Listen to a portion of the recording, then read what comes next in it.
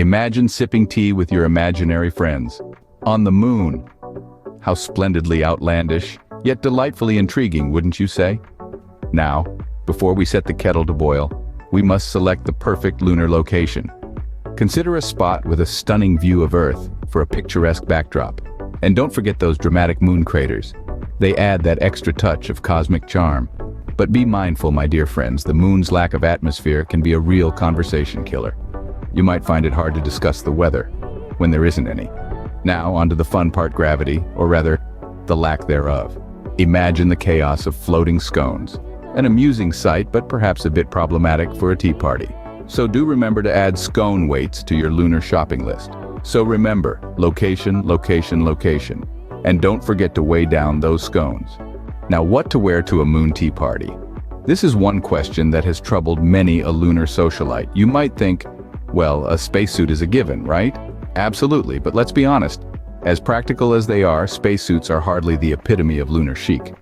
But fear not, my stylish astronauts, for even in the void of space, fashion finds a way. Consider adorning your suit with neon glow-in-the-dark stickers.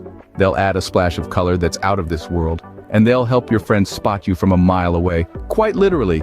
And we can't forget about accessories. A fancy pocket square tucked into the suit's utility belt? Now that's a conversation starter. Maybe even a glittery badge with your name written in stylish cursive. Remember, in space, no one can hear you scream, but they can definitely see your impeccable sense of style. And remember, there's no such thing as overdressed when you're partying on the moon. All right, we got the location and the outfits. Now, who's coming to this moon tea party?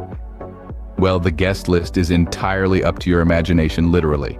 We're talking about inviting your imaginary friends. Yes, those ones you've been keeping in the back of your mind for years. Here's the best part. There's no need to wait for RSVPs because, well, they're imaginary. They're always available.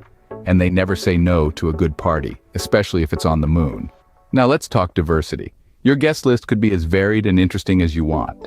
You could invite centaurs, mermaids, or even unicorns. Yes, unicorns. You could have a deep conversation with an ancient dragon or dance with a fairy.